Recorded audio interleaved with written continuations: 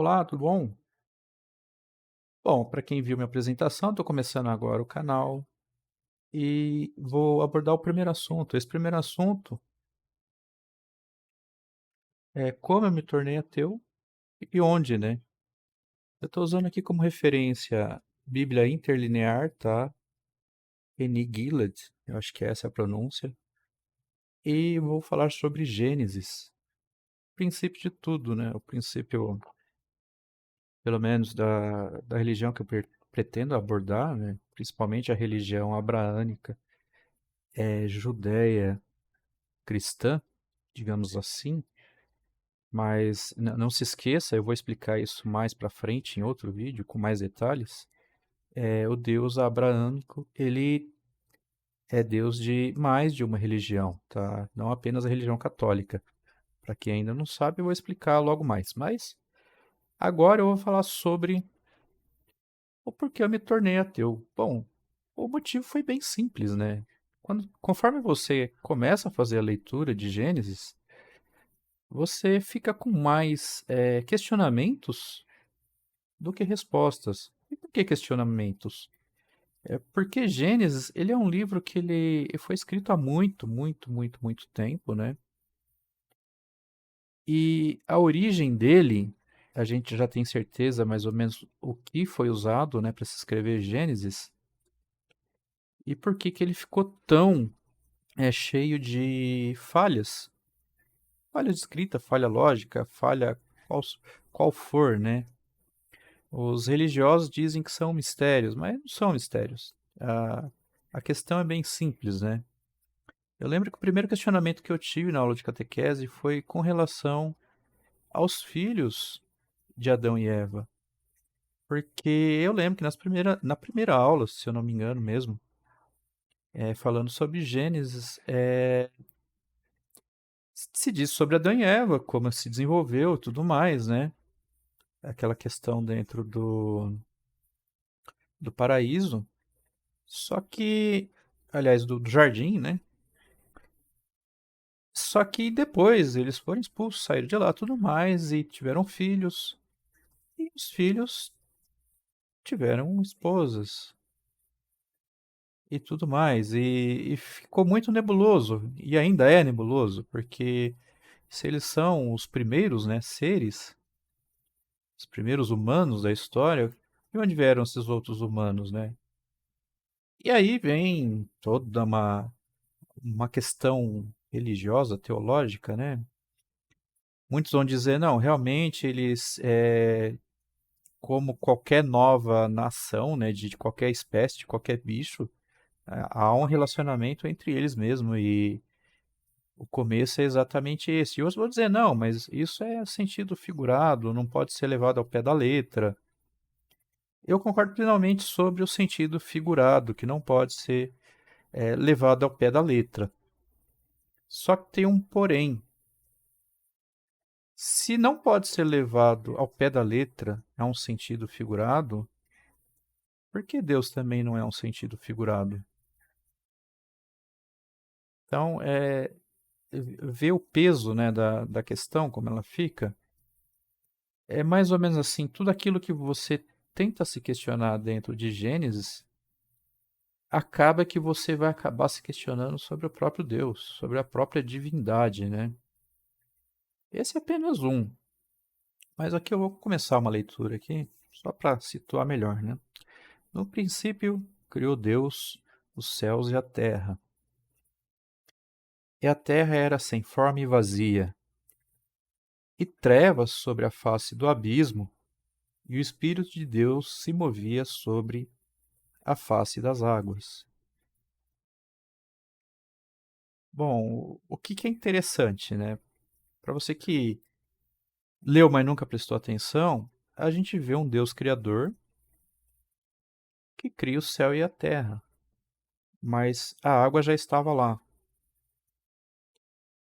E a água, ela preenchia o abismo. Bom, eu sei de onde vem o abismo, eu sei porque foi usado água, mas vou deixar para um próximo vídeo. Por enquanto eu vou abordar somente Gênesis e suas inexplicáveis, né, frases ou versículos, ou seja lá como você queira categorizar. Então, criou Deus a terra, né, o firmamento, e criou o céu, sendo que a água já estava.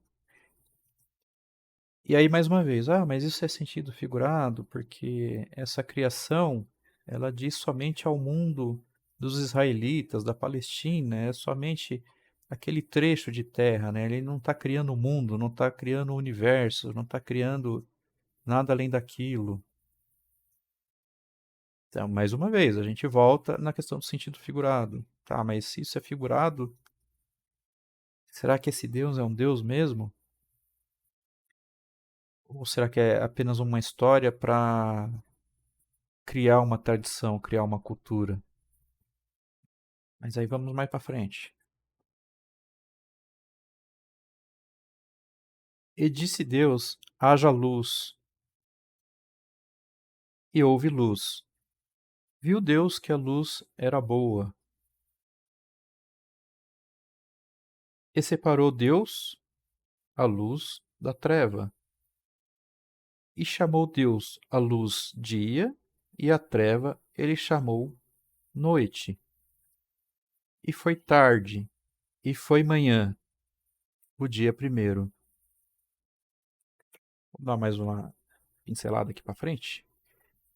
E disse Deus: haja uma expansão entre as águas, e houve a separação entre águas e águas. E fez Deus a expansão, e ele fez separação entre as águas que estavam debaixo da expansão e as águas que estavam sobre a expansão. E assim foi. E chamou Deus a expansão céus. E foi tarde e foi manhã do segundo dia. Então, ele criou a luz, mas preste muito bem atenção. Ele criou a luz, a treva já existia, pois não existia luz, e ele separou as águas. Bom, por que ele está usando essa construção? Mais uma vez, eu vou dizer, sabemos exatamente por que ele está usando essa construção, e a partir desse momento, eu vou me referir ao escritor, tá? Por que o escritor?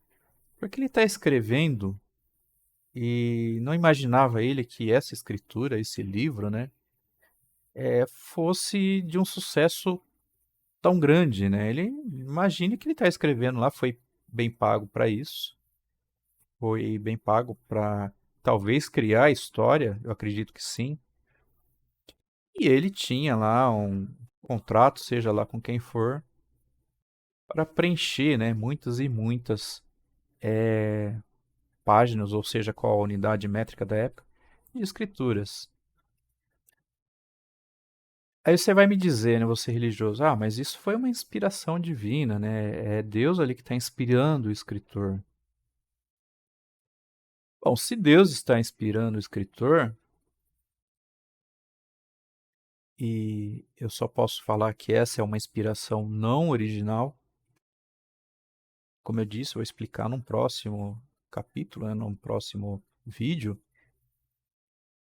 mas digamos assim, se Deus está inspirando, parece que nem ele está conseguindo se expressar direito para que seja escrito. Ou então, esse escritor ele não está entendendo, compreendendo direito e vai usar do que ele tinha à mão ali, né, para colocar a história na escrita, né?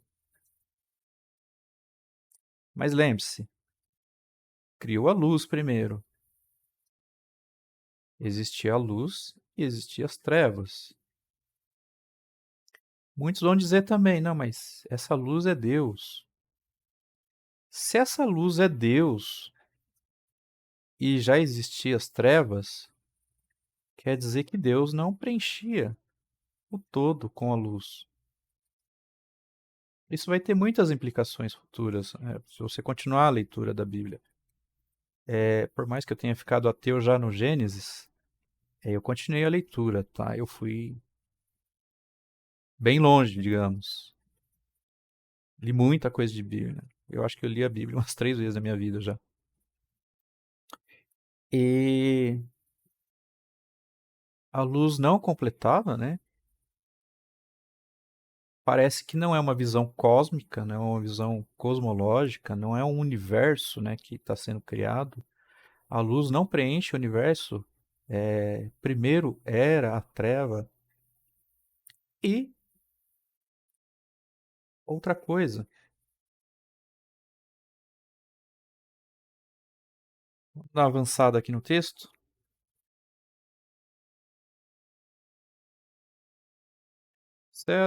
Disse Deus: ajuntem-se as águas debaixo das dos céus num lugar e apareça a porção seca. E assim foi.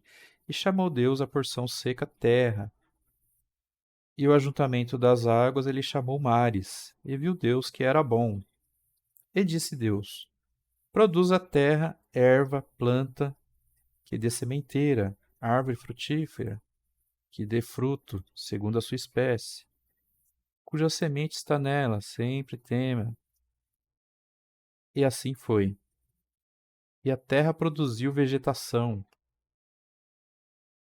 planta com sementeira, semente conforme a sua espécie, árvore que produza seu fruto, cuja semente está nele, conforme a sua espécie.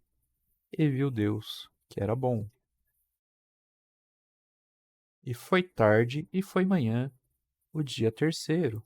Vou dar uma avançada aqui que eu quero chegar numa parte interessante. E disse Deus: haja luminares na expansão dos céus, para separar entre o dia e a noite, e sejam eles para sinais e para estações, e para dias e para anos, e sejam eles para alumiar na expansão dos céus, para iluminar a terra. E assim foi. E fez Deus os dois grandes luminares, o luminar maior para governar o dia e o luminar menor para governar a noite, e as estrelas. E Deus os pôs na expansão dos céus para iluminar a terra, e para governar o dia e a noite, e para separar entre a luz e as trevas. E viu Deus que era bom. E foi tarde, e foi manhã, o dia quarto. Bom, vocês viram que o escritor ele custou a chamar os luminares, né, pelos seus nomes próprios, os nomes que a gente já conhece hoje, Sol e a Lua. E por que isso? Bom, Deus está criando o Sol e a Lua. O escritor não quer chamar de Sol e Lua. E mais uma vez, vou explicar num vídeo posterior, porque ele não quer chamar o Sol de Sol e a Lua de Lua. Lembre-se que a escritura ela é em hebraico, tá? Para quem nunca leu a Bíblia em hebraico, ou viu, ou teve contato, hebraico é a língua original dos judeus. Ela é usada até hoje. O hebraico das escrituras é um hebraico quadrático, tá? É um hebraico que muitos dizem ser o hebraico moderno, que é a última forma, né, das letras, como elas são usadas. Existem outros hebraicos mais antigos, mas a Bíblia só tem registro em hebraico quadrático. Imagine que o cara está escrevendo e ele não vai chamar de Sol e Lua. Tem motivo simples, mas que vai trazer mais uma vez conturbações futuras. A gente vai ficar sabendo em próximos vídeos. Mas não é sobre isso que eu quero falar. Lembra que Deus criou a luz e separou assim as trevas, né? Entre luz e trevas? E somente depois criou o sol? Quer dizer, aquela luz não vinha do sol. E muitos dirão, poxa, mas aquela luz vem de Deus. É Deus que ilumina, Deus ilumina o sol. Esse era o conceito que estava sendo colocado ali. E o sol e a lua eram apenas dois objetos que estavam lá para marcar dias, estações, eventos astronômicos, né, digamos assim. Para quem foi estudar um pouco de história, né, ouviu na história, teve algum contato, sabe que os primeiros astrônomos da história vieram da Mesopotâmia. Pelo menos é o que a gente acredita ser. E por que da Mesopotâmia? Porque na Mesopotâmia, além de ter se desenvolvido a astronomia, foi a primeira região do mundo que a gente tem registro, pelo menos é o que a gente acha, né? Onde se desenvolveu a agricultura. Então, por que é importante marcações de estações? Exatamente, para a agricultura. E a Lua? Por que as marcações de Lua? Também para a agricultura, porque a marcação lunar ela é muito importante para a agricultura. Tanto é que o calendário lunar é usado até hoje aonde? Na cultura judia, na cultura hebraica. E o escritor recebeu essa orientação divina, né? Essa, essa transmissão de ideias vindas de Deus, né? E resolveu que o Sol e a Lua iriam servir apenas para contagem simples do tempo, das estações, como auxílio de alguma forma para a agricultura. E por que não chamou de Sol e Lua? Vai pensando aí. Outro ponto é, você viu que eu falei agora há pouco, que acho que lá no terceiro dia, antes do Sol e da Lua, já tinham sido criadas as plantas?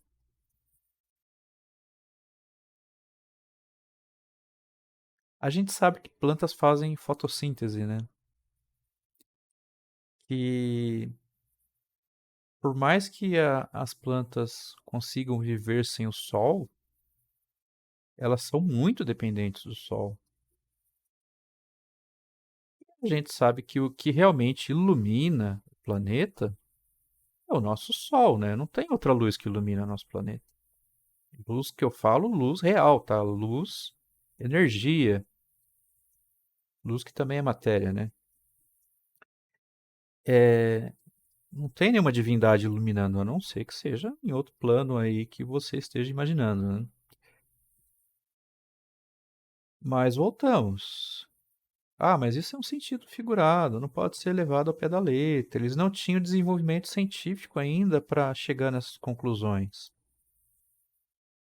Mais uma vez, se é o próprio Deus que está dando essas informações, por que tantos erros, né? A gente sabe que o ser humano é falho, a gente sabe que, por mais que a gente tente explicar algo para ele, e muitas vezes, mesmo ele sendo um cientista, né? Se for um assunto que ele não domina, vai demorar um pouco para ele chegar ali no entendimento pleno, para ele ter uma conclusão depois. Agora imagine que essa pessoa que está escrevendo, muito provavelmente não tem nenhum conhecimento de astronomia, seja qualquer proto-ciência, né, que existia na época. Imagine que ele está apenas ali relatando mais ou menos o que ele entendeu, né? Então, a criação, como boa parte tá, desse livro, você vai ver que ele se refere a uma cultura agrária, a uma cultura campesina, muito provavelmente de uma época em que os palestinos, né, eu vou me referir sempre a palestinos, tá? Mas subentenda-se judeus e todos que habitam ali a região. A não ser que eu fale de Crescente Fértil, fale de Babilônia, fale daquela região da Mesopotâmia, né? Eu vou me referir a palestinos ali, a quando estiver me referindo à região de Jerusalém. Então, imagine que os palestinos ali, eles não tinham ainda a formação de grandes civilizações, apesar de alguns estudos provarem que muitas das cidades ali eram bem antigas, tá? Antigas quanto? Acredita-se que a cidade de Jericó, por exemplo, tenha entre 8.000 e 10.000 anos ali de formação na região. Mas imagine que a grande maioria dos palestinos ali era de seminômades, anômades, né? Que viviam transladando entre o Crescente Fértil, a parte lá de cima, mais ao norte, né? Na Mesopotâmia, passando pela região da Palestina e se estendendo até o Egito, né? Ali o norte da África. Então, são povos que demoraram até um pouco a se dedicar, digamos assim, à civilização, né? Do que essas outras duas. É por isso que a gente vai ver aí a questão da própria língua, a questão da escrita, apesar dela ela vir, né, ser uma evolução da escrita já dos fenícios e várias outras línguas ali da região da Palestina, parece que eles demoraram para colocar isso de forma escrita, real, né? A forma falada, né, a forma oral, era largamente usada por eles, tá? Foi usado por muito tempo. E convenhamos que a escrita não era acessível a todo mundo. Se hoje a gente tem a nossa porção atual de pessoas analfabetas ou analfabetas funcionais, né? Naquela época era muito maior, né? Era beirando 100%. Digamos que 99% das pessoas não sabiam escrever, nem muito menos ler, né? A forma escrita, qualquer que fosse, de qualquer uma dessas três regiões principais, tá? Então, é por isso que eu falo, esse escriba, essa pessoa que está escrevendo, ela foi contratada para escrever, ou eu já era um funcionário de alguém com posses, tá? Quem tinha posses naquela época eram reis. Se for levar em consideração que é um hebreu quadrático, já estamos falando de uma época em que os hebreus já haviam desenvolvido civilização de alguma forma, já existia templo, já existiam cidades já melhor organizadas, estruturadas. Então, provavelmente existiam sim reis, provavelmente sim existiam ali uma elite, né, que detinha o dinheiro e tinha como pagar, né, um funcionário, um escriba para estar escrevendo. Mas não pense você que eu estou falando a existência de reis, é que eu estou corroborando para a existência de reis como Davi e Salomão, tá? Não pense dessa forma. Já digo de imediato que pouquíssimas figuras da Bíblia existiram de verdade. E você vai se surpreender com quem existiu e não existiu. Tá? O primeiro exemplo, como eu estou lendo Gênesis, comecei por Gênesis, Moisés é dito como a pessoa que escreveu, né, os 5 primeiros livros. Para os judeus, os 5 primeiros livros é o Pentateuco, escrito por Moisés, tá? Moisés, podemos afirmar categoricamente, não existiu. Adão e Eva não existiram. Deus não existiu, né? Mas não pense você que por estar usando, por exemplo, o termo Mesopotâmia ou Babilônia ou Egito, que são coisas que a gente sabe que existiu, existe em registro escrito até desses lugares, né? A própria cidade de Jerusalém, a própria cidade de Jericó, Tel Aviv e várias outras cidades, Hebron, né, que vão aparecer na Bíblia, Etiópia, existem e já existiam de fato desde aquela época. Não quer dizer porque está sendo usado esses locais é que a história contadas são reais, tá? Nem suas personagens, nem a história. Então, tome muito cuidado quando você for ler e tente separar o divino do humano que está na escritura. O que me tornou ateu foi exatamente isso, porque a gente vê que Gênesis é um livro que vai sendo escrito de uma forma, parece uma coxa de retalho. Parece que foi uma encomenda ali que alguém está querendo colocar uma ideia para o leitor, né? Bom, a gente já viu que o texto se dirige aos campesinos. A gente já viu uma criação que ela não tem muita lógica ali, na, digamos, no encadeamento, né? Na ordem de como as coisas vão acontecendo. E para quem for usar, desculpa, mas é porque foi escrito para pessoas daquele tempo e porque não deve se levar ao pé da letra. Então, se você usar dessa desculpa, você já está me dizendo que o próprio Deus não se pode levar ao pé da letra, que o próprio Deus não tem uma boa forma de se expressar, porque se ele fosse realmente aquela divindade suprema, ele teria se expressado de uma forma que o texto seria compreendido em qualquer época, por qualquer povo, tá? Não trate isso como mistério. Não precisa ser tratado dessa forma. Se você tem essa dúvida não tem resposta, a resposta é essa. É uma pessoa que está escrevendo. Ele está se dirigindo ao escritor, aliás, ele está se dirigindo ao leitor de uma forma que esse leitor ele vai embarcar no texto. Não só isso, né? Quem pagou para que esse texto fosse escrito, ele quer muito que o leitor embarque nessa viagem, né? E que isso vai ter benefícios futuros. Para quem?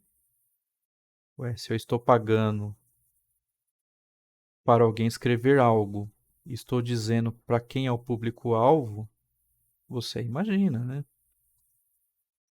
Então vai imaginando aí, dentro da sua perspectiva do que é religião e do que são as escrituras, que eu já imagino que eu tenha criado muitas e muitas perguntas na sua cabeça.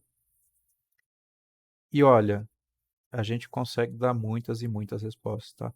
Você pode perguntar para mim, porque muito das respostas eu já tenho aqui comigo e também tem muitas pessoas respondendo, tá? Pessoas acessíveis, pessoas que estão logo aí. E você pode perguntar para elas também. Não acredite somente em mim. Então, esse é o meu primeiro vídeo, meu primeiro recado sobre Gênesis, como é que eu me tornei ateu, por que eu continuei sendo ateu, e muito provavelmente muitas pessoas tiveram esse estalo. Assim, eu acredito que a pessoa que de fato lê a escritura, ela começa a ter uma visão diferente do que é dito dentro da religião. Então, muito obrigado e valeu. Até a próxima.